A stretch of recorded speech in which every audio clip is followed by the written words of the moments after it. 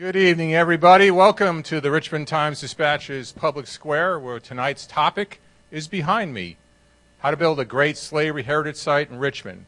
I'm Tom Silvestri. I'm your moderator tonight, and my day job is the publisher of the Richmond Times-Dispatch. I want to welcome you to our living room.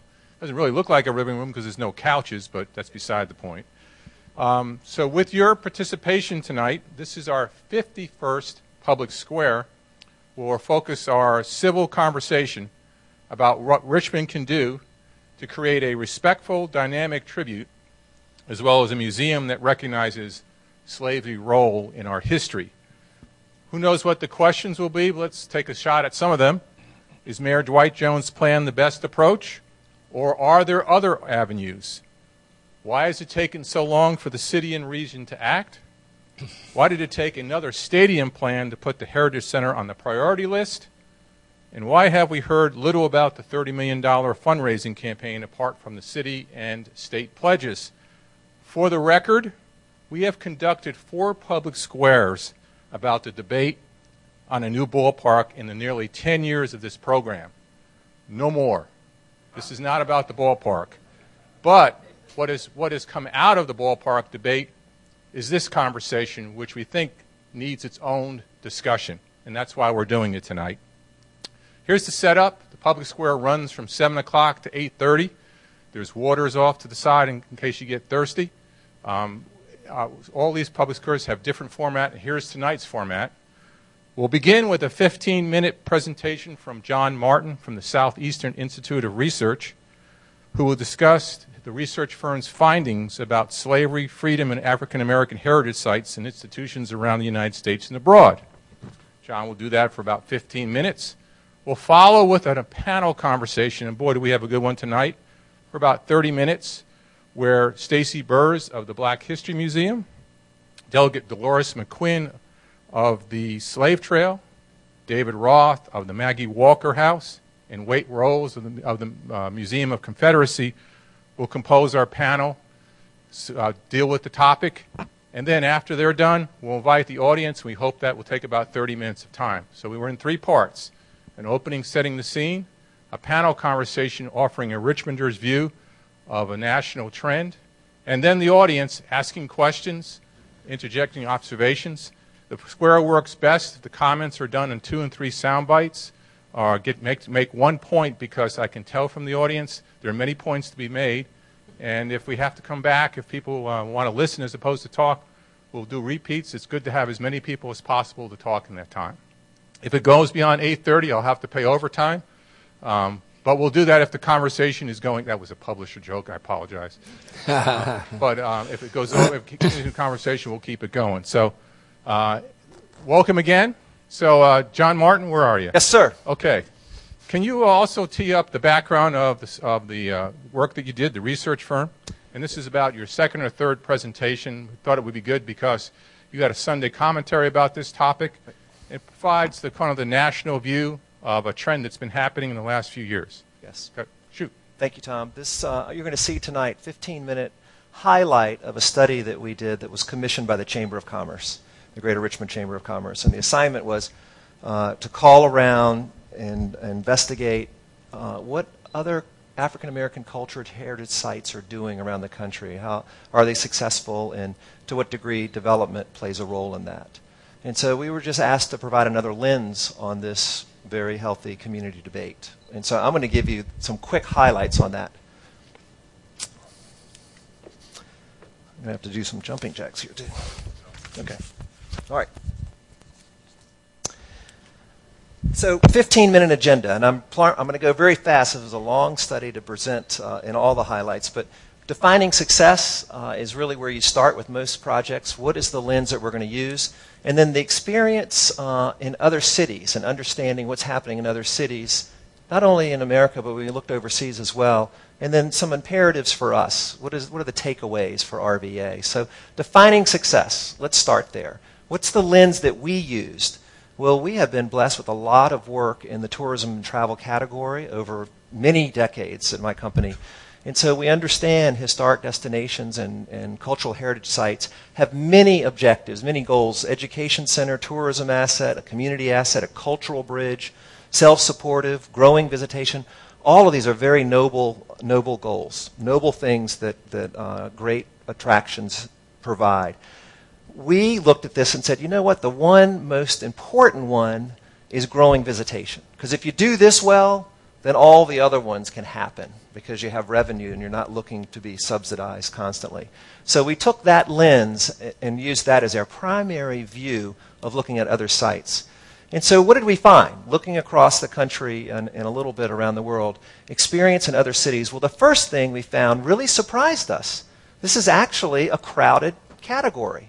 A crowded category. The National Trust for Historic Preservation is the closest database that we could find, and it lists 7,000 places of historic significance for African American culture, 7,000 places in the U.S. The African American Museum Association said in about the 50s and 60s a movement started to really build properties on some of those cultural heritage sites, African American cultural heritage sites. And so as we look across different sources, we can see just a preponderance of sites. And we said, well, how many really are sort of bricks and mortar in exhibitions? And the best that we could find was a very serious article in the New York Times that had counted up 200 sites were actually African American cultural heritage museums and exhibitions. So the 200 number starts at 7,000, it goes to 2,000 bricks and mortar. The second big thing that we discovered was that there were varying degrees of success in this category of African American cultural heritage sites. The Tubman African American Museum in Macon, Georgia was kind of a success story. It happened, this has been going on for 33 years. They have this wonderful tagline, exploration, education, and enjoyment. That's their line. And they really pay that off, not only with some serious exhibitions, but also they really celebrate African American culture here. And they really, as a community center, as well as a serious scholarly research place. Birmingham Civil Rights Institute in Birmingham, not quite as old, but still it's been around for several decades. This really is an extraordinary place. And I think the forefathers that built this had some real foresight when they put the money together to erect this in Birmingham. They really created a civil rights district. They created an entire district to try to stimulate like attractions to create a critical mass. So right around this area, there's the Jazz Hall of Fame and the historic Carver Theater. There is a park right in front of the 16th Baptist Church, where in 1963 there was a bombing and fortunately killed 4 African American girls. But they really tried to create that critical mass. And this is a resource that really stimulates conversation locally, regionally, and around the country. And they've done a great job. Another success story is the National Civil Rights Museum in Memphis, Tennessee. And this one has been around since 2004. And it's in the Lorraine Hotel where Martin Luther King Jr. was assassinated. They have been successful over the years and just finished a $28 million expansion. And it opened up in April. And during that construction time, they had 170,000 people last year go through the museum. So they are now embarking on what's sort of unprecedented in the category. They're really raising an endowment. So they've got some fine leadership there. There aren't that many success stories, unfortunately, in the category. And I don't want to point to a whole lot of negative stories, but one that's been reported in the media quite a bit is the International Civil Rights Center and Museum. This is opened in 2005. It's where they had the famous sit-in in 1960 in that Woolworth building, but they turned it into a museum. And they have the original counter there that you can go in and walk around and see. But if you do just a quick search online, you'll see there are a lot of stories about this attraction. They thought 200,000 people were going to come through it, and 40,000 came the first year. And so a lot of news accounts on the struggles that it's gone through. And so we wish them well in the future. I could go on, but when I looked out and I called some of the friends that I really have a great deal of respect, like Charlie Bryant here in town,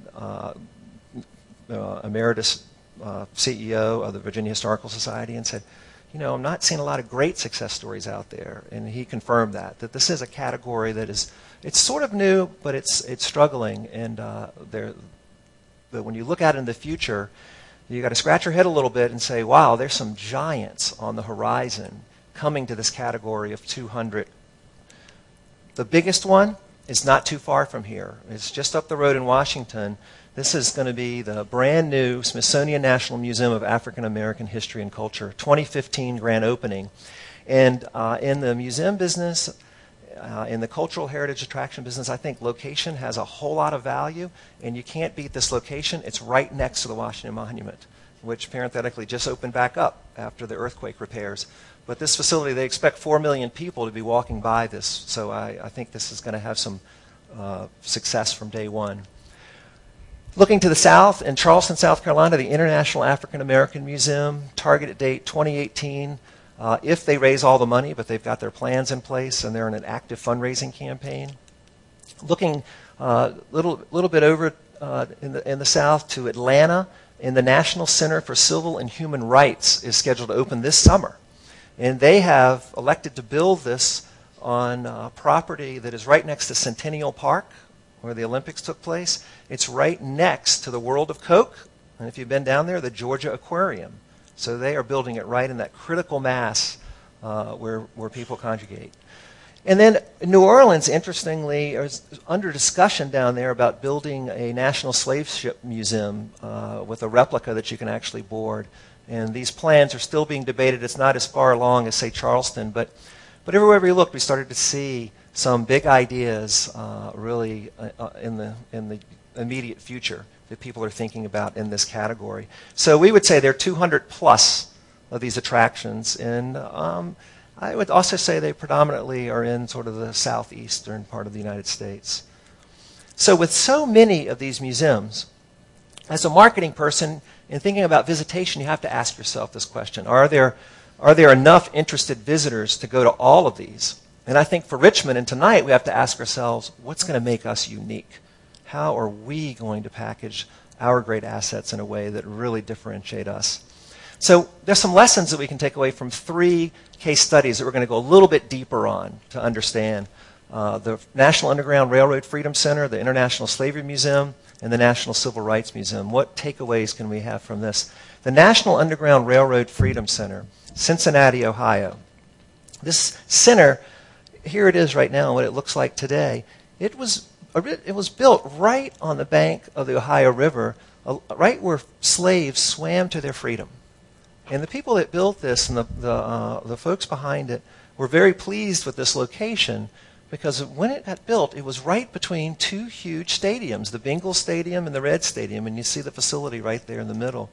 So allegedly they think we have this thing really kind of baked in visitation, that we're going to have a lot of people going to those games and then they'll go to the museum. Well, when it opened up with fanfare. A lot of people went for the first time to see it, but it didn't have that critical mass. And so it struggled and had to cut its budgets, had to cut its staff, and over the first few years fell on some hard times and really had to merge with the Cincinnati City Museum for survival. And we talked to them, and we've now seen really positive stories about it, and we wanted to understand the turnaround. What happened? How did they make this successful? And so we talked to the director of organizational culture there, and what she said was the financial challenges started because the revitalization projects, the restaurant, shops, hotel, were not developed on time. Originally, it was planned to be part of a big complex, a big development. And the people in Cincinnati had great intentions of going, and many did at first, but without the appeal of location, the numbers didn't work. You know, people went to the football and baseball games, but then they went home right afterwards, after initially seeing it one time. So what happened is that development eventually came, and it came to the rescue. 6 years after planning, the revitalization occurred, and visitation is up tremendously there. And so when you go there and you look at it, it's become a place to be, a sense of place with apartments and restaurants, a gathering place. And that has been the recipe for the turnaround of this facility and talking to them. So today, they're very proud of what's going on. That whole riverfront has been revitalized, and it's really just sort of buzzing with people, great things to do, and really bringing in more people to the Freedom Center. So we want to celebrate the success that they have. The International Slavery Museum in Liverpool, England is another interesting project that we wanted to learn more about. So we talked to those folks. This is the slavery museum that's built on the Albert Docks, which is a UNESCO World Heritage Site. So a great attraction to begin with. And this museum is built right into the third floor of the Merseyside Maritime Museum. And that's one of the public museums of Great Britain that's outside London, the only one. So there on the third floor is this International Slavery Museum. And one thing I have to say about it, they have the right price for admissions. Free. So keep that in mind. But they had success really from day one, and they've seen even that initial success rising. And when we talked to them, they attributed it to the critical mass of where they put their location. You can see the Museum of Liverpool is right up there as the blue dot, and the red dot is the International Slavery Museum. But the Beatles Museum, not very far away. And in between it, the Tate Shop, which is like, Target, the Target, really upscale shop. And then all these restaurants all along this pool, right on the Albert Dock. And right across, really, where slave ships were repaired hundreds of years ago. And so when we talked to them, they said, well, not only do we have this immediate critical mass, but what we also have is very short walk away, we have Liverpool One. In Liverpool One, when you look at it, and you get a sense of the scale of this, it's like Short Pump Mall on steroids. It's just really, really big, and it's very close. So all of this critical mass, they said, has done nothing but help them have success in this model. Not one thing or another, but the collective critical mass of all the development. And the last story is going back to Memphis, the National Civil Rights Museum at the Lorraine Motel. They have had success, but when they first opened up, they opened up in what had become an urban desert. It certainly was part of downtown Memphis. And they have had a lot of success along the way for a lot of different reasons. When Obama was first elected, it was an infusion of interest in going to this site where this tragic event took place. But they had to work really hard to get people to come back. And as they worked on it, there's no question that the cumulative impact of all these other things, these sort of, I would call them tailwinds, were helpful. When downtown Memphis built a ballpark, when the lofts down there came back, when restaurants were there, and now the Arts District just south of Beale Street. And so I was just there a month ago, and it was just lively even at night. And you felt like it was a safe place to be. And so I can't say it was one thing or another, but just the combination of all of these positive things certainly is part of their success story. So our conclusion in looking around the country and even looking overseas is that African American cultural heritage sites have a better chance of attracting visitors if they're located in an activity center. It was just overwhelming to us that activity center is really important. So that leads us to sort of takeaways. What's the imperatives for us in RVA and thinking about this topic tonight and where we go in the future? The one thing is we certainly have a great city location in terms of tourism and where we're located, right in the Mid-Atlantic, and all the other population to our, with our center being right here. So tremendous asset just being on 95 and 64 right here, right in the middle of the Mid-Atlantic. The second thing we really have going, and I think we'll talk about a lot in detail tonight, is this authenticity. We have the sites here, and they're the real places where history happened. And so you don't have to come here and look around in a museum at sepia-toned pictures on the wall and wonder, where this took place in another village or another town or city. A lot of the history took place right here in African American culture. And we have a comprehensive story. We certainly, and I think you'll hear a little bit about this from Tracy, we have an entire history of African American cultural heritage right here. And so you can experience really kind of the full spectrum, which is something that a few cities can say. And the other thing is that we learned you really have to have a sense of place. And so wherever our assets are celebrated and tied together, the one thing that we've learned from this research study is really making sure that people feel safe and that it's a sense of place, that it's the critical mass where people want to be. And that's part of the recipe to make it successful from day one and moving forward. So with that, I'll turn it back over to Tom and answer questions later. John, we're going to invite the panel back up, and I think you set the question, the initial question for the panel very nicely. You may have had some additional answers, but we'll see. Panel, what's the Richmonders' reaction to the research firm's overall findings about the whole situation nationwide? I'd jump in real quick, and I would want to, I think, be pretty clear that I don't think the struggle in museum attendance or museums staying alive is strictly something associated with African American themes. And this is, I think, one of our great challenges. I think in the history world, I manage the Maggie L. Walker site and the Civil War battlefields around Richmond, and we are struggling in the museum world. We are struggling because history oftentimes is seen as boring in museum environments. And studies are showing that when visitors are polled, history museums are ranking 8 out of 8 in terms of the type of museums people want to take their families to. And children's museums, art museums, science museums always get a higher ranking. And I have some theories about that, but I think that's what's so imperative about what we're doing is we got to do this right. Good in location and in content. Thanks for that headline, Delegate McQuinn. A headline on reaction to what you just saw? Well, you know, some of the information that you shared today, actually the Slave Trail Commission have had an opportunity to kind of hear and speak to the consultant, Lord Cultural Resource, who also came to direct with us and shared some of that with us. And so we know that as we look at this, that issues of sustainability is going to be a big issue. I'm sorry. Yeah. We know that sustainability is certainly going to be something that we have to. I'm a Baptist preacher. I don't know why I need any of this. We know that sustainability is certainly going to be an issue that we're going to have to take into some serious consideration.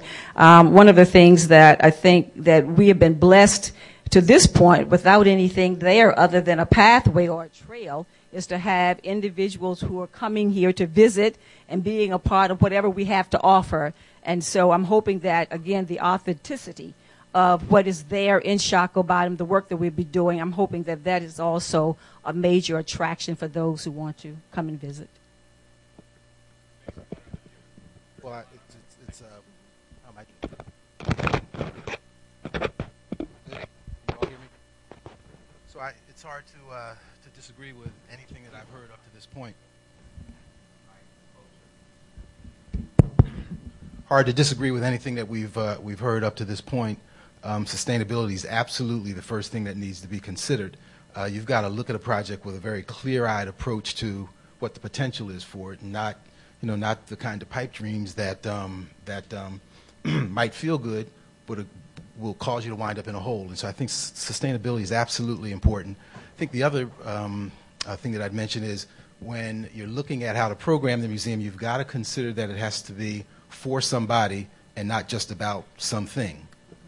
It's important to determine who the constituencies are and to make sure, to the best of your ability, you're wrapping your arms around as full a set of constituencies as possible. So I absolutely agree with what I've heard up to this point. Okay. Wait, want to weigh in? Yeah, I compliment SIR on doing this study. One of the problems that many Richmonders have is that their vision fails beyond about 30 miles.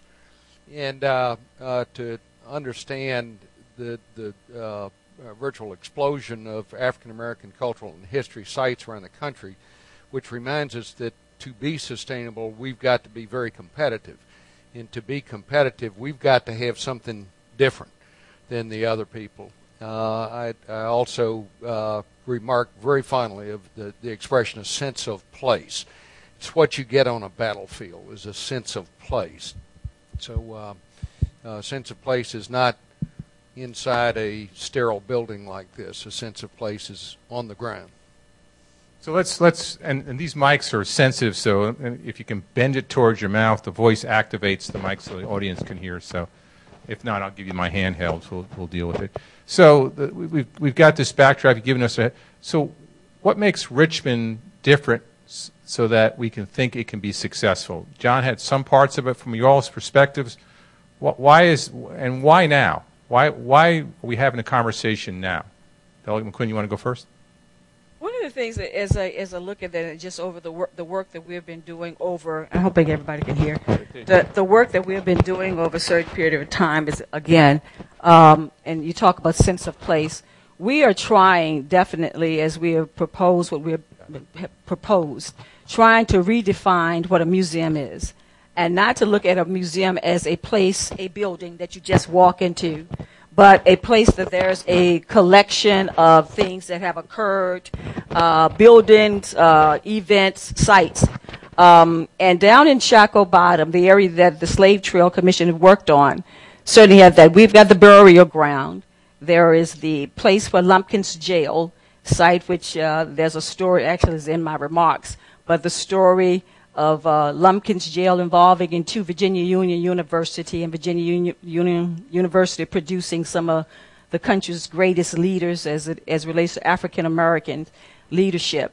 And so when we look at, again, sense of place, I think that certainly Richmond, we've got that. We've got some things in place that could help us in terms of develop this, this great vision and then launch this vision in terms of providing what we think that people are willing to come and visit in Richmond. And so I certainly think that we're in a good place as relates to that. Okay. Stacy? I'd say just briefly, we've got the whole story. We've got the whole story here, from enslavement to the emancipation to the civil rights movement. We've got it all here within a 3 or 4 square mile radius. And to have that as one of your selling points, I think is tremendous. You can walk the slave trail up to First African Baptist Church. You can pick up there and walk through Jackson Ward, a neighborhood that Dave and I share, and the story of Africans raising up from the enslavement era and creating families and institutions and businesses and churches is remarkable. And I'm not sure how many other places in the country have that within that distance.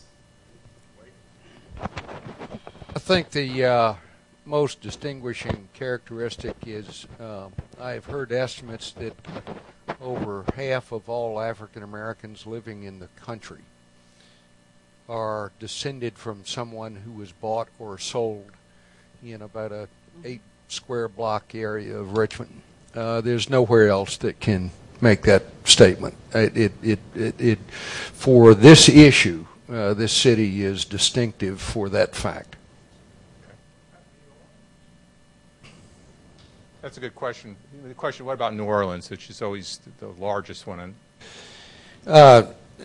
New Orleans, I believe, was a larger center than Richmond in the 1850s, but New Orleans, you got to remember, was a relatively new town. Richmond has been there since the 1600s, so it was much longer, and if you just follow the way people descend through generations, you've got a much longer history in Richmond. It's not how many were sold in the last decade before emancipation. It's what generations did over the 200 years that slaves were bought and sold in Richmond. David, anything to add on that? I just add that I really think that, from my experience, I think we also got the real need to do it. And SIR had the bullet point up there, Education Center. And it's amazing to me how many kids come into our site that have no experience or understanding of the African American experience, white or black, Jim Crow, segregation. They don't know it. And this is our chance, I think, to really do the job. This is not indicting teachers, but this is our chance, I think, to really take that education role seriously for the kids that do need to understand and learn that period of our history. I think I also believe that it's an opportunity for us to address the legacy and the vestiges of slavery, which are profound in this city. 25% unemployment, fratricide, brothers killing one another on almost a daily basis. These things are part of a legacy of enslavement. And one of the things I'm concerned about is what happens if we don't have the will to honor what took place hundreds of years ago. I think we've got a really important opportunity here, which is a milestone in many ways, and it's going to be key for us to figure out how to get this done. Good tease up this question, which has been asked a couple, 3 times. So why now?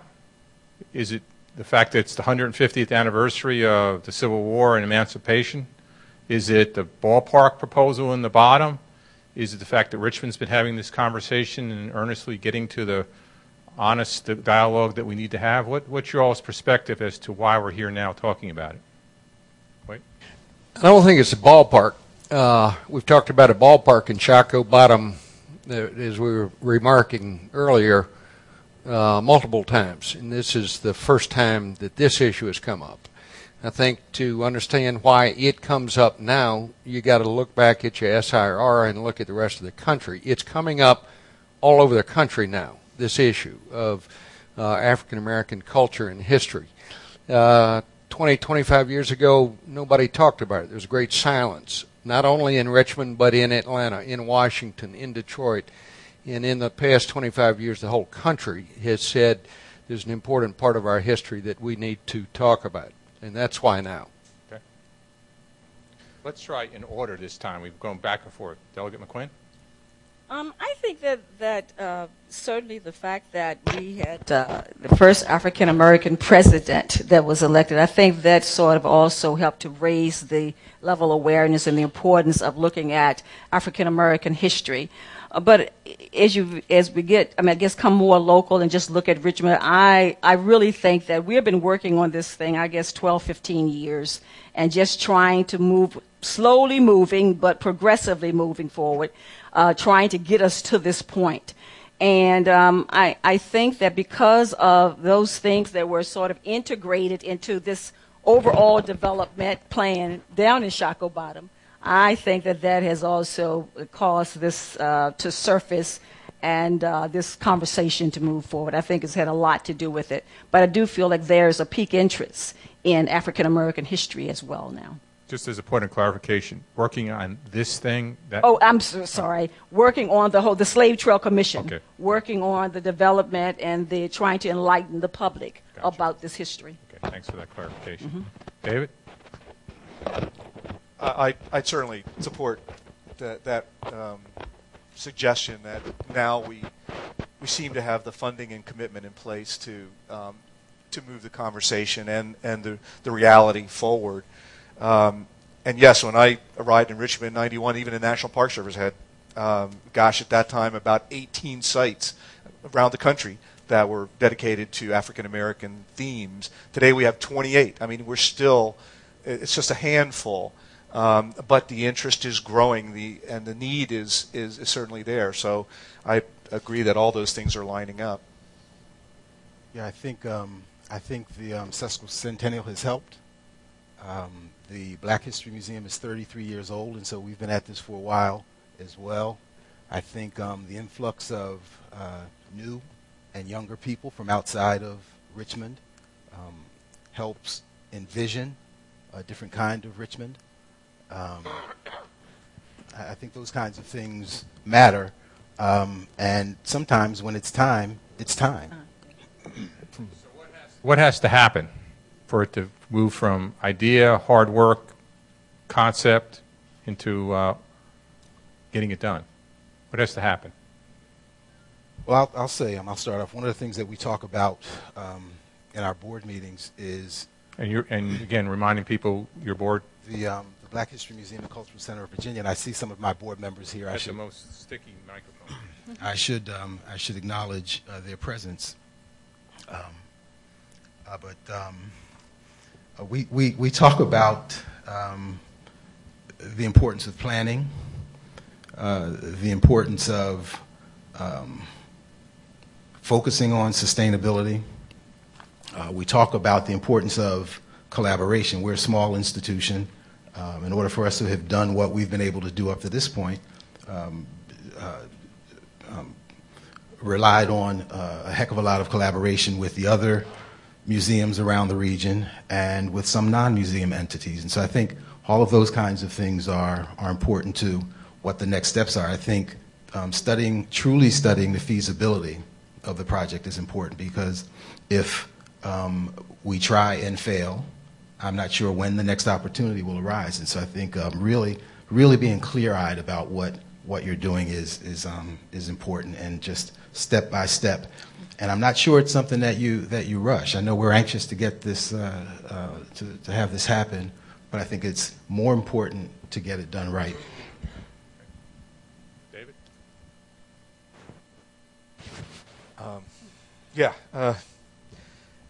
I think in this new world, again, I think we need to really think carefully about how the stories are presented, who presents the stories. This web-based, technologically driven society, I think, is so imperative for us to think what the new world of museums and communicating history, how can that work in this site that we're looking at? How does it dovetail with the authentic pieces that surround it, the various sites that some archaeology will hopefully reveal much of the stories that we tell. So again, I think doing it slowly, doing it carefully, and with the right people and the right minds. I think, and this is something that we certainly have discussed, I see Ben Campbell and then Sylvester Turner, who's a member of the Slave Trail Commission. But, and one of the big things that we need to do now is how do you find and identify the resources to accomplish what you're trying to accomplish. And all of those other things I agree with. There's been some collaboration, certainly with the Black History Museum, because even though when people would ask about the Black History Museum and then the Slave Trail Commission, Slave Trail Museum, Slavery Museum, and, our stories are very similar, but one is talking about pre and the other one's talking about post-emancipation. And so there is a need for both. But I think that a lot of collaboration, a lot more discussion on, what will this entity look like in terms of a building, but also, again, redefining what a museum is, or what a museum is traditionally known to be, and taking those places, the burial ground, the place where the reconciliation statue, the area where it was the epicenter for the slave trade, the 15th Street, which was the Wall Street of the slavery industry, the slave trade industry. We need to take all of those things and then package those so that it is presented in a way, and I think we have an opportunity to do some of that tonight. And so people would see, again, the treasure that we have here in Richmond, but raising the resources to be able to, from this 1.5-mile trail, to just kind of create along that trail, enhance it educational-wise and other. I think that resources are going to be a very important thing in this matter.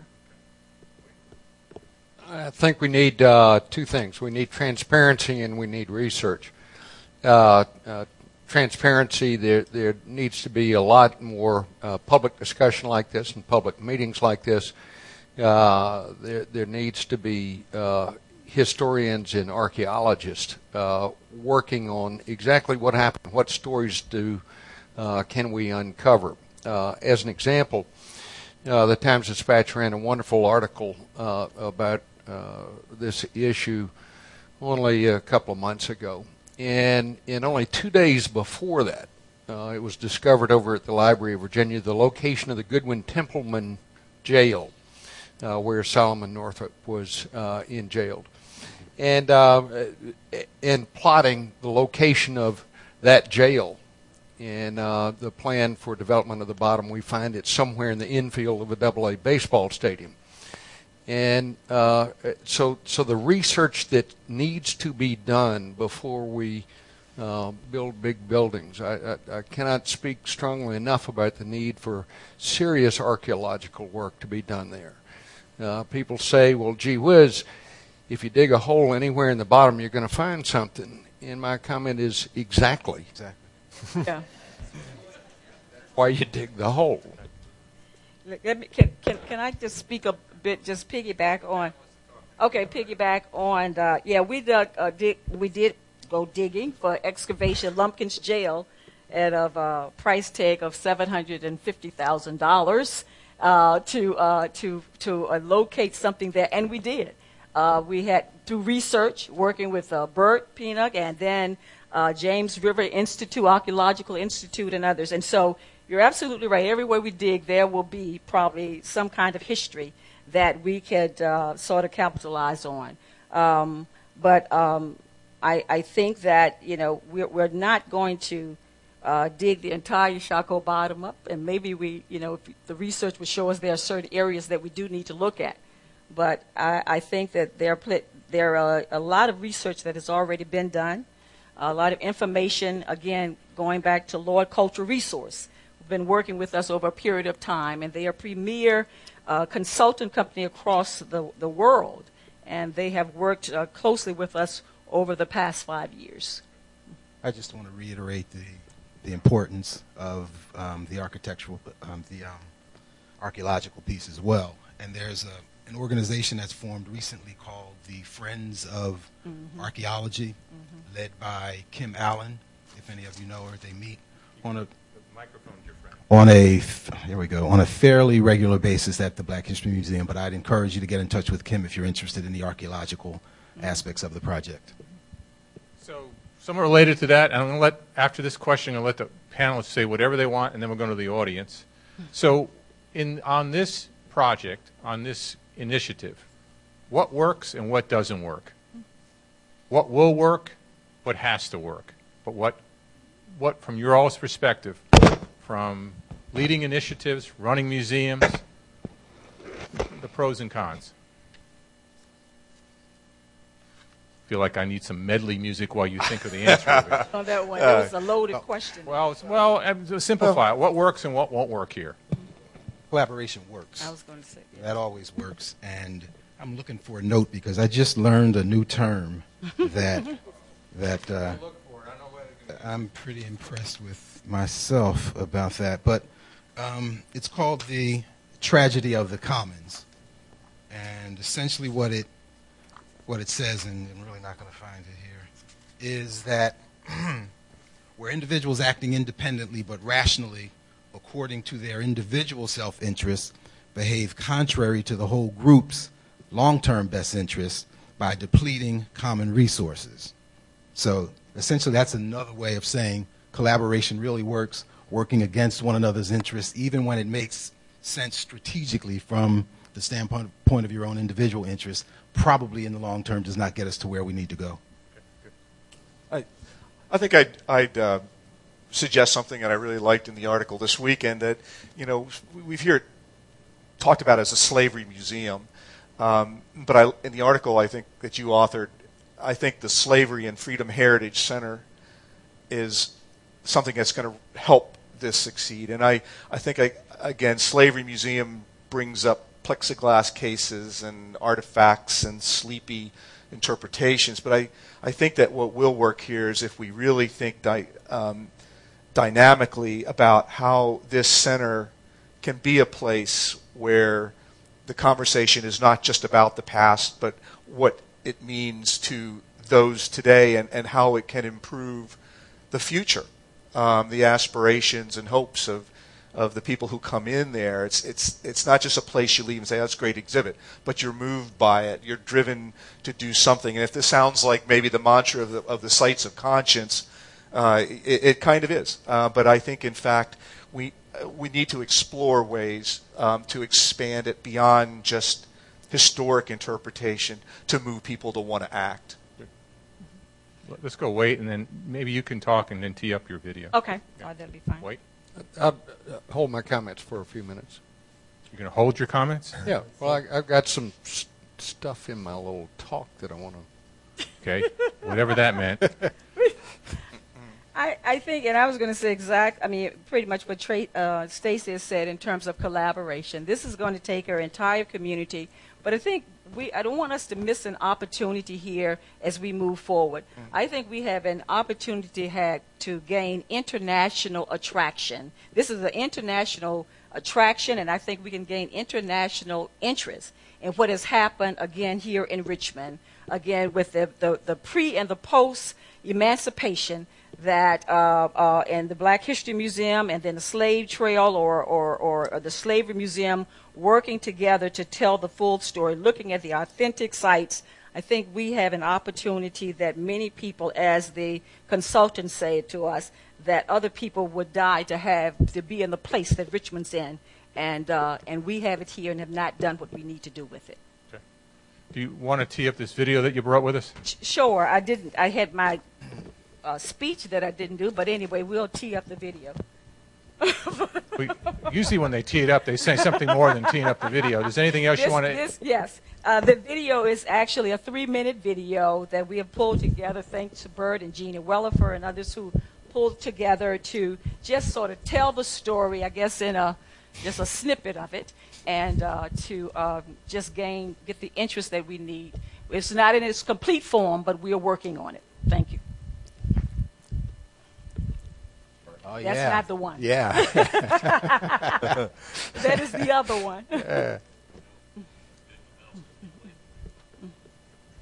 Is this where I say the technology prayer?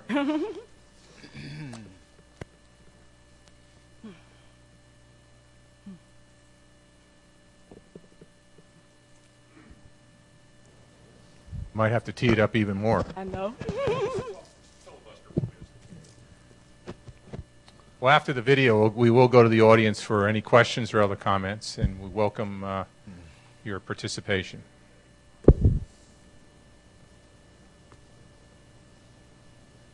While they're doing that, can I just Thank you. wanted to make a statement. Sure. When I talked about the slave trail being 1.5-mile trail that extends from the south of James River and Manchester's dock with the Rocky Land on the north side of the river, being a major port of the massive downriver slave trade, Richmond was the largest source of enslaved Africans on the east coast of America from 1830 to 1861. And so when we talk about, again, Richmond's involvement and engagement in this slave trade, it was indeed major. And Richmond was, like someone asked about New Orleans, Richmond actually sent slaves to New Orleans.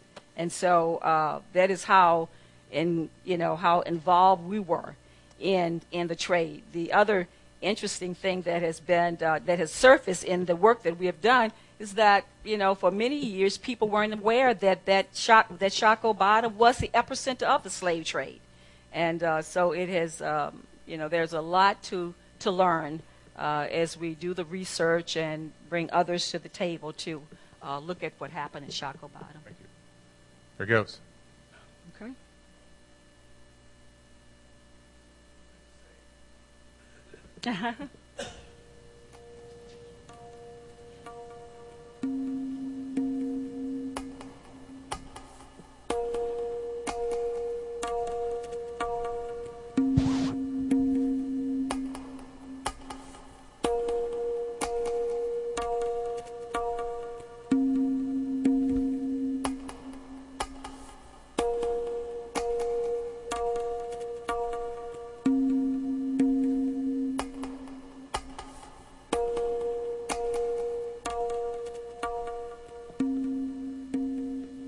Handcuffed in pairs, restrained by iron staples and bolts, our ancestors walked this city's land, from Manchester docks to what was known as the Devil's Half-Acre.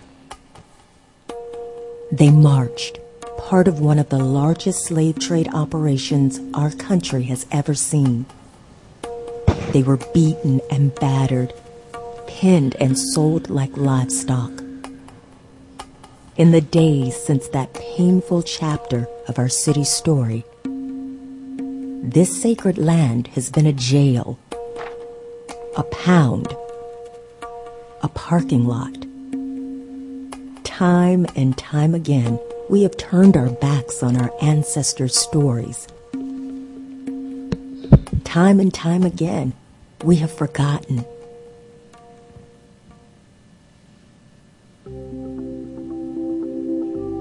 The proposed Slavery Museum will change this.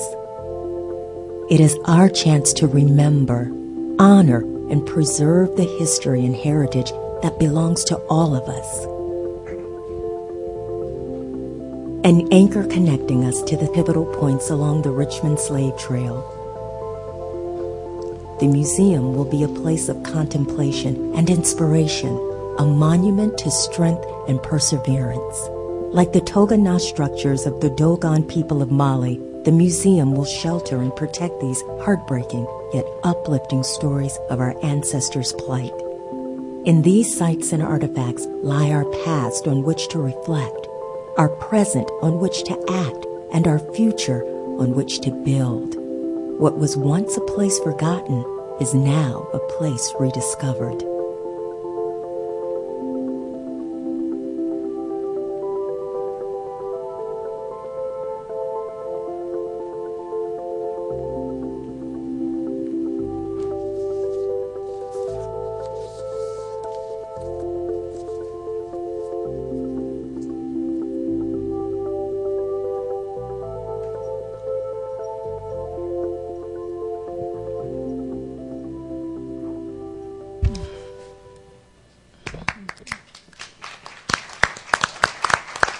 Okay, so let's let the audience join in. Appreciate that. And if there's anything else you might want to add, oh yes, now you want to talk. If I could, you said what works and what doesn't work. I don't think a museum works. I think that the story is critically important. I think the story is so important that it is coming out of the ground as over the past 20 years. Richmonders and people beyond our city boundaries are just beginning to understand what happened in this section of Richmond. But I don't think a museum works. A museum defined as a building with walls and staff and artifacts and heat and light. The proposal is for a museum that's with the two buildings over double what we're planning on doing down at Tredegar in the American Civil War Museum. We have a budget at $24 million, so that would put this at $50 or $60 million to do an equivalent per square foot. We have an operating budget of about $3 million to operate that. If you get people inside, they lose a sense of place. The sense of place is what distinguishes this. The fact that you walk down this street, you take a right, you walk down that street, you take a left, and you see the sites not of Lumpkin's Jail, but Lumpkin's Jail and Omohundra's Jail and Ash Levy's tailor shop, and so that people understand how big this was. Now, what works is a historic district with city ordinance overlays that allow for a very sensitive development. You definitely want the bottom, that part of the bottom, to be developed. The rest of the bottom in the last decade is developed more rapidly than any other area in the city of Richmond. And there's this one little pocket left that is not developed. So you want to develop it, but you want to develop it within guidelines that are very sensitive to this history, that allows for the sense of place to continue to come up out of the ground. One of the things that I love in the SIR research is the Birmingham example, not of the museum that was built there, but of the trail, the walkway. I wish you had had images, John, and some of that. Very evocative and emotional statuary and interpretive signage that would allow someone to stroll those streets. Now, as I view it, in an unenlightened age, 100 years ago, we built a train station on top of this history. And then 50 years later, still in an unenlightened age, we built a interstate highway on top of this. And now we're talking about, in an enlightened age, new large public works right on top of this. Instead, we should maintain the street grid. We should do the historical exploration and research. we should do the archaeology. Dolores, I hate to disagree with you. You said we can't dig up the whole bottom. We are going to dig it all up. We know we're going to dig it all up. So when you dig, look at what you're digging. So the city administration has said that they are not subject to Section 106. I don't care if they're subject to 106 or not. The reason that we have 106 requires significant archaeological work to be done before you dig in a historic spot. It's a historic spot. I don't care if the federal government tells us to. The citizens of Richmond should tell our government that we need to do this, so that as we go, as we develop, as we put in a grocery store, or a hotel, or an office building, or apartment buildings, or whatever goes into that area, block by block by block, we examine what is under the ground there. I think it's fabulous that there's nothing but crumbled concrete there, because right below it is an undisturbed layer of history that we need to know what was there before we build something big on it. So that's what I'm for, and that's what I think will work. Okay, good. Let's go to the audience. We got about 30 minutes left. Yeah, so here's the deal. You have cards. You give me the card, and so we can properly identify you. And we're not going to stick you up, so I'm standing over here, and my colleague Floyd Spencer is in the back. We'll try to work both sides of the room. So if you can keep your comments to a couple minutes, you can see how many people want to talk. So, yes, ma'am, you've stood up and you have the card. You're modeling the behavior. Welcome. Thank you so much. Peace and blessings, everyone. I am Daya Rashid with the Virginia Defenders and also the African Ancestry Chambers. My comment is, just shortly, when we talk about education, first of all, we got to get the school board in on this to change our history books to reflect the true history of what has gone on. We have to include that. Therefore, the kids will become more interested and tell other people, and schools can start, that's one way of a fundraiser, start bringing the children to see the true history. Secondly, we can't straddle the fence. We got to be real with this. Sister McQuinn, no harm or disrespect. 1 minute you're sitting on the city council voting for the Shockoe Bottom, giving the mayor money, and I know you've worked hard, and I appreciate you for the Slave Trail Commission. But we got to be real. We can't straddle no fences right about now. You got to do one or the other. You got to stick to one or the other. We can't sway back and forth, or nothing will be accomplished. Thank you. Thank you. Any comments from the panel? And Floyd, go ahead. You tee up the next question. Any reaction? We don't have to have all reaction, but if you want to make a comment, appreciate you making that within 2 minutes. Appreciate it. Could I make? We're going to go over there, Floyd. Very briefly, Randolph Bell.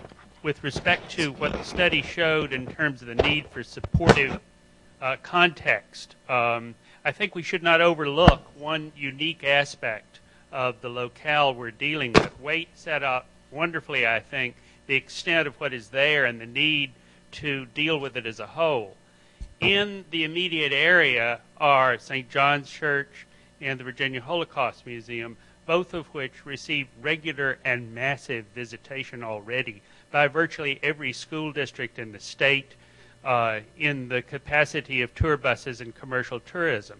We also have in the immediate vicinity the Virginia State Capitol, soon the First Freedom Center, and other sites that have already brought a stream of visitation capable of sustaining the right kind of historical explication, and I think Waite set that out very nicely. Thank you. Thank you. Any reaction? Just chime in. I'm going to go over here. Anybody in this section? Okay. Yes, ma'am. I'm Virginia Coles, live in the city of Richmond, and I went to a university where sifting and winnowing for the truth was its motto, and I believe in digging for the facts and the artifacts, and I want to support all that's been said about the need for archaeology. My vision is, as we develop the Shockoe Bottom, whatever way we do it, and I don't think we should be rushed to do it to please the squirrels, but I would like to see it dug block by block. I would like to invite universities to bring their archaeology departments to help in this. I think this could be an international effort. If we can get an international bicycle race here, I should think we could get an international archaeology study of this important site. Comment? We'll go over here. All right, I'll be very short. It seems to me that in all the efforts to revitalize Richmond don't really involve the true strength of Richmond. Richmond is not Tampa, it's not Denver, it's not San Antonio. Let's think Richmond. Richmond takes the theme Richmond where the South begins. Main Street Station becomes a welcome center for Richmond, the Commonwealth of Virginia, the surrounding areas, Chesterfield County, Henrico County, Hanover, New Kent, the southern states. We've got to get people here. So the southern states have in this visitor center, they have their own television presentations, they have kiosks, and not only that, after we set the Main Street Station Visitor Center up, or the Welcome Center up, the southern states would have reciprocal agreements. So we tell the people coming to the Welcome Center what's going on down south. The people in the southern states tell us what's going on here. There will be no ballpark in the bottom, but rather a complex that deals with slavery once and for all. A major portion of this complex would consist of the World Council for the Abolition of Slavery. Money would be raised nationwide by leading black and white citizens of the United States, people such as Bill Cosby, Colin Powell, Oprah Winfrey, Bill Gates, Warren Buffett. Just as money raised for the Statue of Liberty, all contributors' names in the hometown would be placed on a computer. I know you said you were going to be short, but Yep.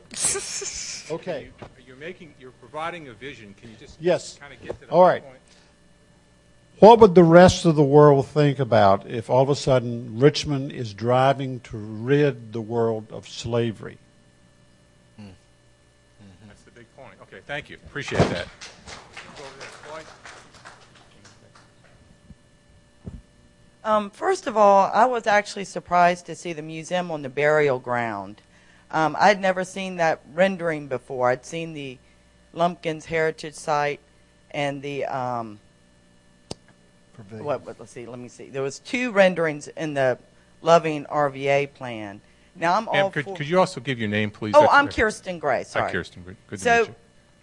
I mean, I'm all for a slavery museum down there, but I would expect to see a memorial on a graveyard, not a museum. I think of like the Holocaust Memorial in Berlin, something that where you feel this dissent and then eventually hope, but not a museum building. But I could see that elsewhere in the district. And then I wanted to ask, because it's been said there's this glut of African American museums. Well, first of all, a slave burial ground is not a museum. It's a place to go to see your ancestors, or maybe hope, that maybe your ancestors are there who you're seeing, and to heal or to grieve or to acknowledge. So I wanted to know how many slave burial grounds in this country are recognized or marked. Any in your research, John? I don't have that number. Phyllis? Because I think that's separate from a museum category. Sure.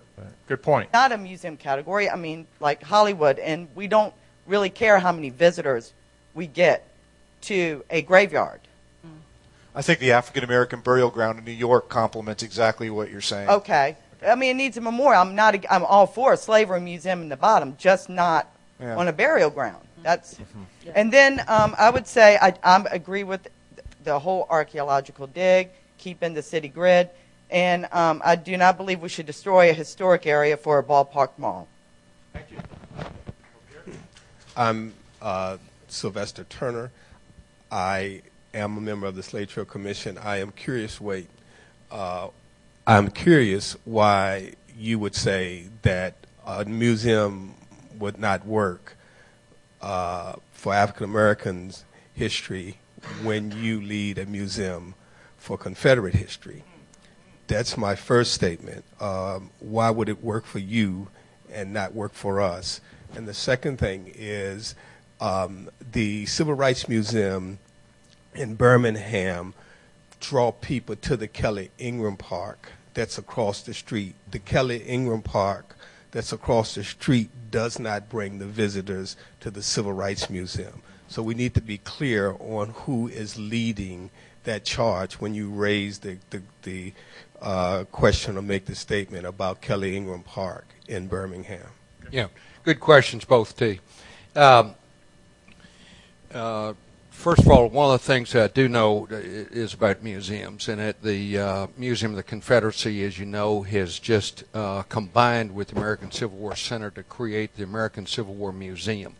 One of the things that we found in the 120 years of our existence and in the shorter period with them is that you cannot have two museums in the same town with very similar missions. You compete with each other, whether you intend to or not. You confuse the public. You confuse the philanthropists. So one of the things that I would recommend as strongly as I can to the Black History Museum and the Slave Trail Commission is combine forces, not collaborate, combine. Expand the mission of the Black History Museum to include all of the African American history in Richmond, and make a one good museum rather than two weak museums. That's what we saw with the subject matter of the Civil War, was we had two weak museums, and now we've got one strong museum.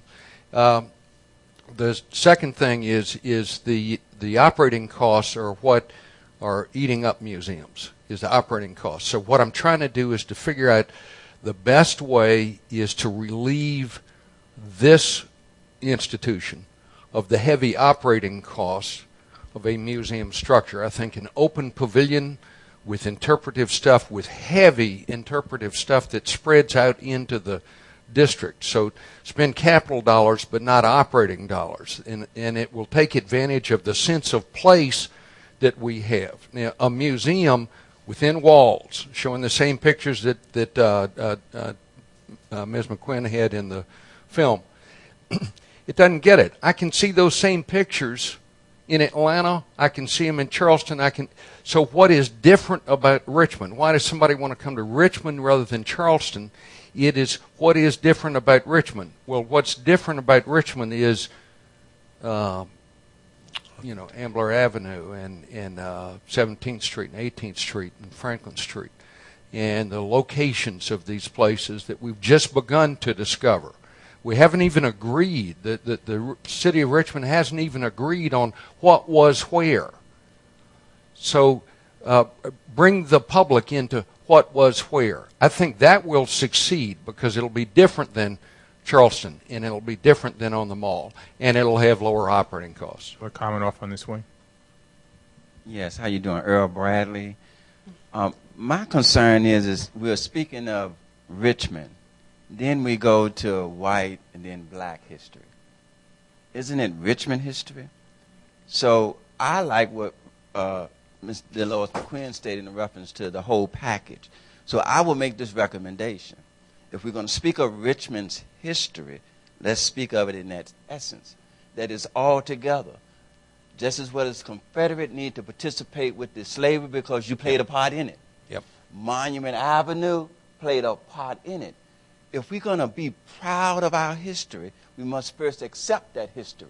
We continue to separate that history. That's what we're doing here. So if we're going to be Richmonders and come together and do what we say we're going to do, then let's bring it together, because there was no debate about building no monuments up on Monument. We didn't have no say so because we had no representation. So let's be real.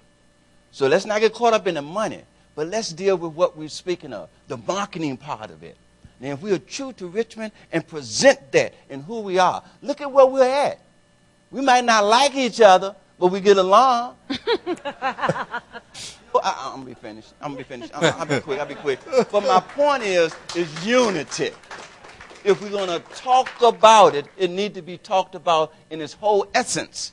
This is not about just slavery. Hell, y'all think we put ourselves on the boat? So when we tell that complete story is what I'm getting at. Tell the complete story. Be proud of the story, because that's the story. Look at where we're at now and where we're trying to go. See, the market part is where we're trying to go. See, we can give God the glory for where we were at and where we're going. But if we keep talking about slave over here and Confederate over here, we're not talking about Richmond history. Thank you very much. Sir, you're a brave man. You picked to sit in the front, so I'm going to go to you. I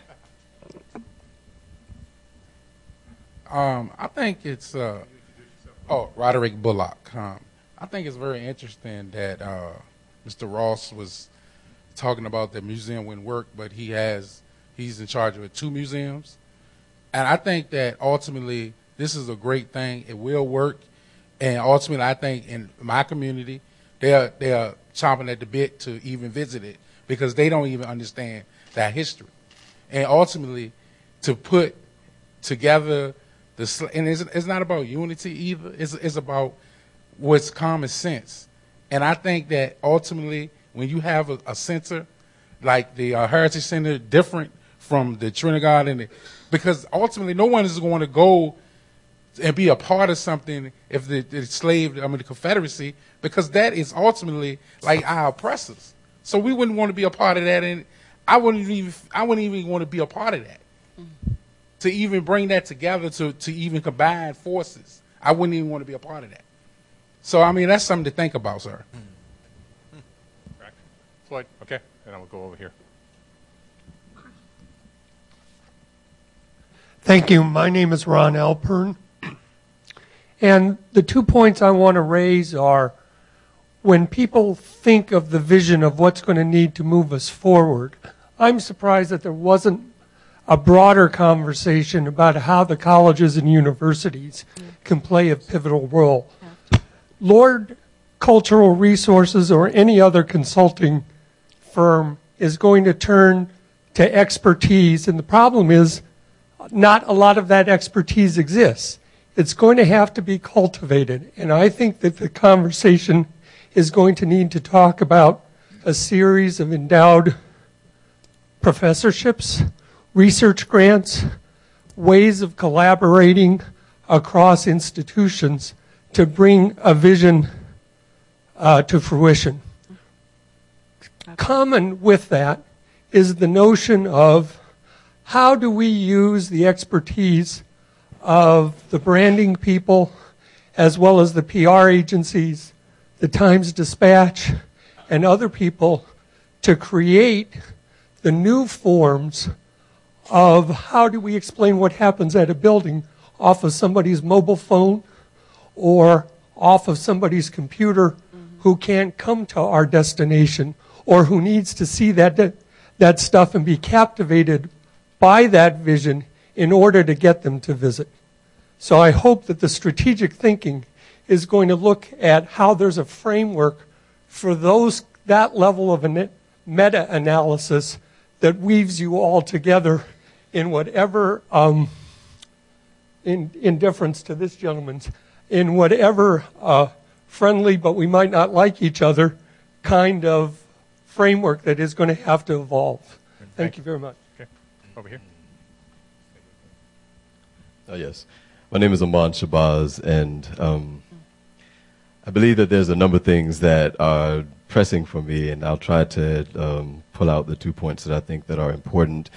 One, we need to be very careful when we have these conversations under the guise of community, and we raise a number of points. We have these words that are being thrown around as authenticity, history, and we put these things together because for us they sound good. They sound like the things that are reasonable in our thinking and in our processes.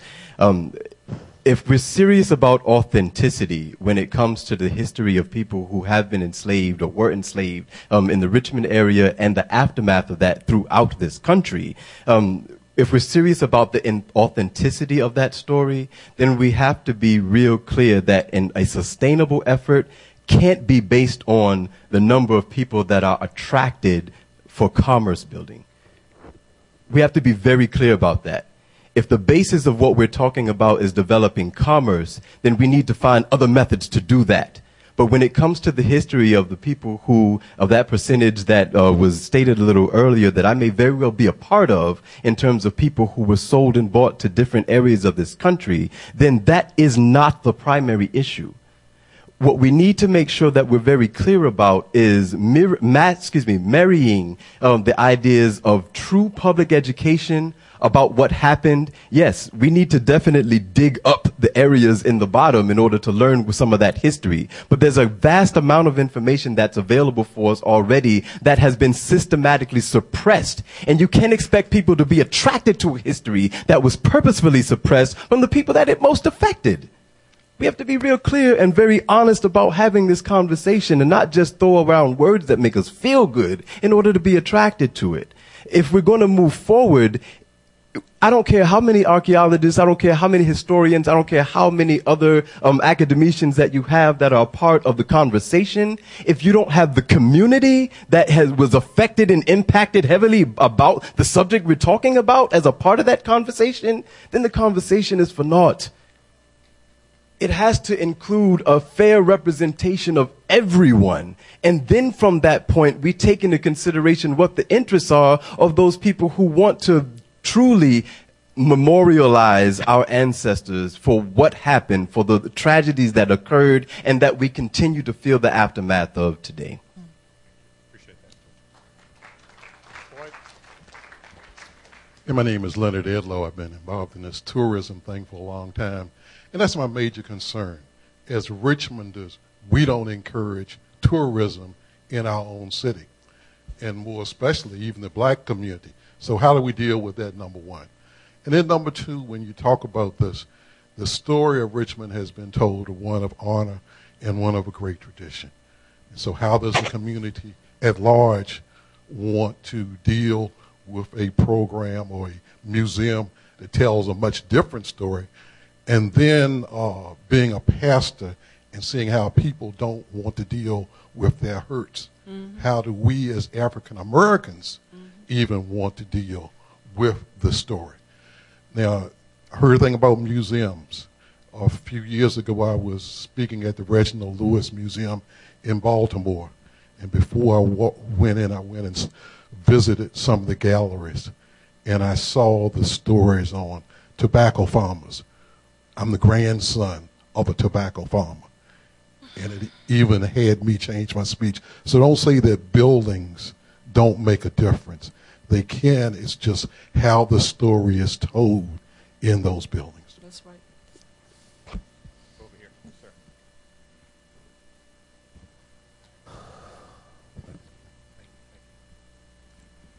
My name is Phil Boleto. I'm the editor of the Virginia Defender newspaper. And I'm reading this statement on behalf of myself and Anna Edwards, chair of this Sacred Ground Historical Reclamation Project. We've been working on sacred ground reclamations issues in Richmond for 12 years. Just holding this forum is a recognition of the fact that Richmond's central role in slavery and the slave trade can no longer be ignored. Some kind of memorialization will happen. This itself is a tremendous victory and a recent development. The question is, who will control that process, and what version of the story will be told? For the record, the defenders would like to state our position. First, we are totally opposed to a stadium in Choco Bottom. Agreeing to this demand by Mayor Jones and the developers he represents would clearly state the following position. Yes, the history is important, but not so much that we can't play games on top of it. And that would be a continuation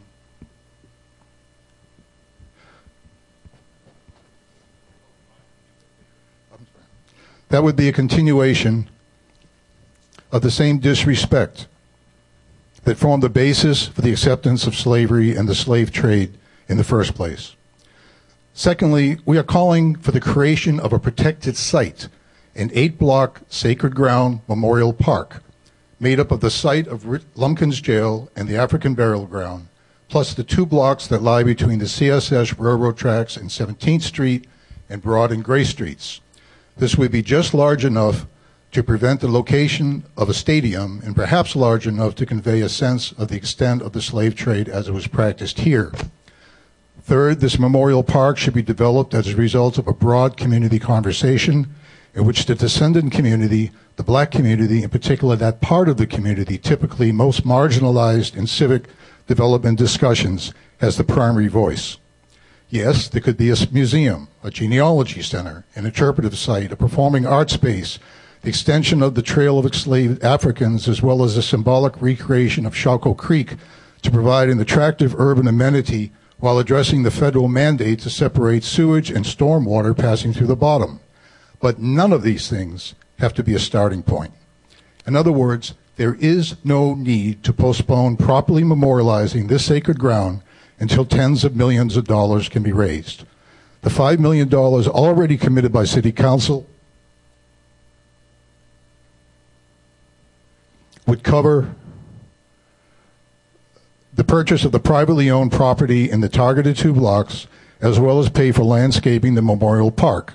Further development would depend on the community conversation. Our own view is that there should be no structure, museum, or otherwise built over the graves of the ancestors, but we recognize there may be different views in the community on this. As to logistics and finances, we would suggest that the project be led not by the city government, and certainly not by a for-profit commercial entity as suggested by the mayor, and not by those who have already demonstrated their inability to exceed at previous similar ventures. Over the past few months, we have visited Charleston, South Carolina, New York City, and Boston to see how these cities have dealt with their black and slavery-related history. We have been very impressed with the exemplary work that is done by the U.S. Park Service. By the way, there are no baseball stadiums anywhere near these memorial sites. Okay. And we're suggesting that the Park Service take the leadership and ownership of the development of Memorial Park in cooperation with an advisory board made up of archaeologists, historians, anthropologists, and the community activists who are responsible for making this an issue in the first place. Money could be developed as the interest grows, and the U.S. Parks Department annually gives out $150 million in grants for such projects, and Chocolate Bottom surely could qualify. There's a great deal of work to be done, but we have to, as it has been stated earlier by Brother Iman, the most important thing is to address the history. Commerce must come second, but with a nationally, internationally recognized tourism heritage site, that will come in far greater returns than a minor league ballpark that attracts people from only the immediate area. Thank you. I'm sorry. Thank you. Go ahead. Good evening. My name is Ellen Chapman. I'm an archaeologist who lives in the Richmond area, and I'm on the steering committee of what we've now called RVA Archaeology, which is a community group dedicated to engaging the public with their own history through archaeological methods and interpretation. We are really enthused to see this public outreach and engagement, and we believe that it's essential for a really thorough understanding of the public of its own history. We've also solicited some professional archaeologists' feedback on the archaeological plan for the revitalized RVA development, and there are some concerns that we presented to City Council last night related to the exclusion of Section 106 review, the very fast time schedule for completion of the archaeology, and also the reliance on construction monitoring and heavy equipment to identify sites. This is an 8-acre parcel that no previous archaeological investigations have been done on the actual area, but adjacent archaeology like Lumpkins Jail and a few coring samples near the Cedar and Broad apartments does suggest that there'll be intact archaeological deposits that could measure between 2 and 6 feet deep or even greater. The Lumpkins dig stopped at the 19th century, so we don't actually know how deep prehistoric remains could be. So we're very excited that the city is interested in investigating archaeological remains, but the Lumpkins jail site took about 4 months to excavate, and that was less than an acre in size. So we would just like to encourage the city to consider the importance of this really unique archaeological site as it brings its projects forward.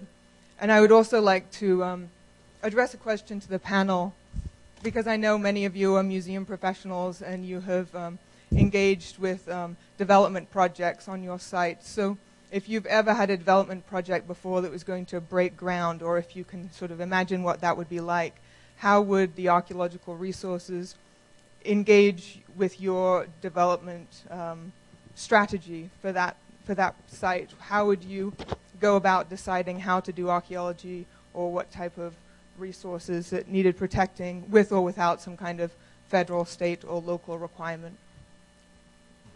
Anybody on the panel want to tackle that, or? Well, I can.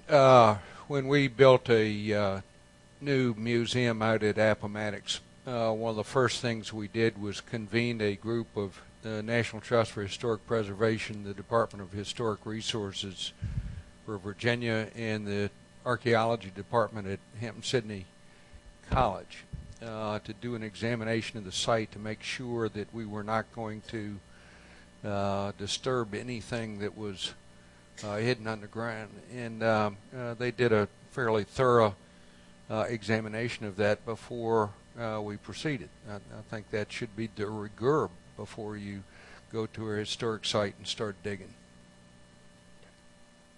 Got one in the back here. Ralph White. I used to work along the James River. My concern, the use of some of the terms that I've heard in the beginning about critical mass and the need for competition with other cities and tourism. The history of the slave trail was to change the city of Richmond, not the world. And it was done not by government, but by concerned citizens. We should carry that through as we determine how else to take advantage of revealing our history and changing our society. The purpose of the slave trail and the purpose of any museum or genealogical center should be to change us, not to become a world-class tourist destination. And I hope that we look at that in terms of what we can handle. We should be the best at what we do, not the biggest. In this particular case, small is truly beautiful. Right, Floyd. Thank you, Floyd. Thank you. Go ahead. Good evening. I'm Stuart Schwartz. Live in Richmond. My wife brought me here, and I don't think I'm ever going to leave. The people are wonderful here. The process hasn't been so wonderful, I don't think, in this situation. Not this meeting. This meeting is a great example of the conversations we need to have. I serve on the board of the Partnership for Smarter Growth, and way back in November, we asked for the sort of broad, open public process you need to do, both for deciding where a stadium should be, how to do urban design and economic development, and increasingly, as we've learned, how important it is to understand the slave history and the journey from slavery to freedom, and how we can honor it. And there is so much we don't know, and so much of this conversation we still need to have.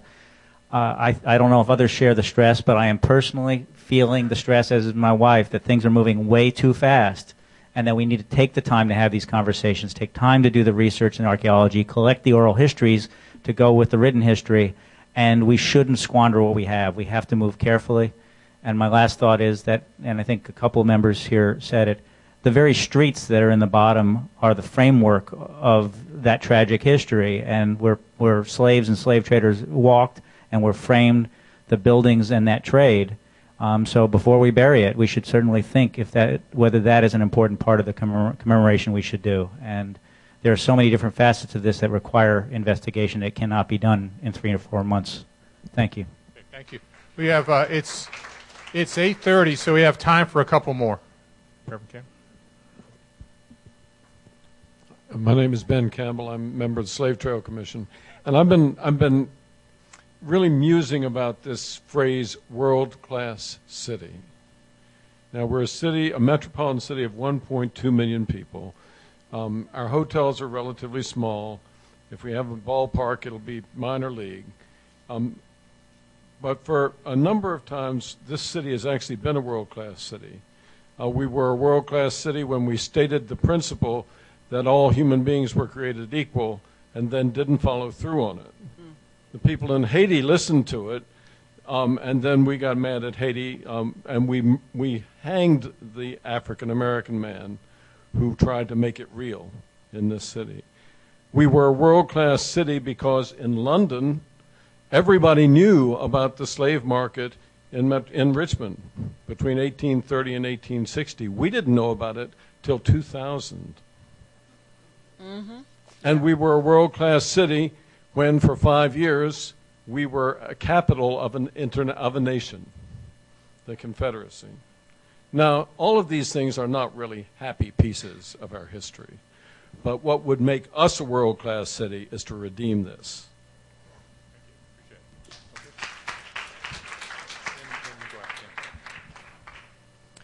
Good evening. I'm Lawrence Williams. Yeah, I've got a blue card. I'm Lawrence Williams, an architect here in Richmond. I had the opportunity to, from a professional point of view, look at the urban fabric down there. And as a soundbite, I think one of the critical things is he had mentioned earlier about that it's an entire community, this gentleman here. He had mentioned that it could be a heritage district, a civil rights district, and I think that's the right approach. So I developed a master plan, which is I call Alternative Plan C, that you're welcome to look at. It's on LawrenceWilliamsArchitect.com. LawrenceWilliamsArchitect.com. LawrenceWilliamsArchitect.com. Also, what's important is, as a soundbite, the Exxon station. For some reason, we are all ignoring the Exxon station, and I think that's the site for a major museum to be located. Broad and 17th. Okay. If you look at the historic issues there, and at that intersection is where most of the slave trading actually occurred. So common sense says that was a crossroads of a whole lot of activity. And maybe that's where the museum, Bert's done a great design, maybe that museum should go there. So the citizens of Richmond should approach the Exxon person to recognize if it's another city, another urban design in Baltimore or other places, you wouldn't design an urban design community and leave the Exxon station in the middle of a corner. It's like putting the Exxon station on Capitol Square. You know, we've got to move beyond that. Very quickly, the stadium itself, imagine Churchill Downs. My cousin graduated from Hampton University, and they have their graduations outside. UVA has their graduations outside. VCU should have their graduations outside. So that space should not be a baseball stadium only. It should be a multi-purpose green open space surrounded by historic scale structures.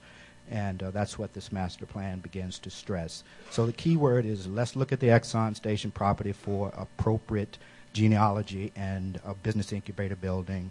And let's also recognize the fabric of Churchill Downs, or you can name many of them. It's a certain character, sense of place when you walk through that multi-use space. Shaco, we can name it Shaco Yard, a level playing field. Thank you. Appreciate it. Thank you. Yep. Yes, sir. I'm Mark Shively, and my concern would be to actually have the Memorial Park, but have it a living history, similar to what we have in Williamsburg. It won't then compete with the Black History Museum, but you'd have a visitor center where you can expound on some of the things.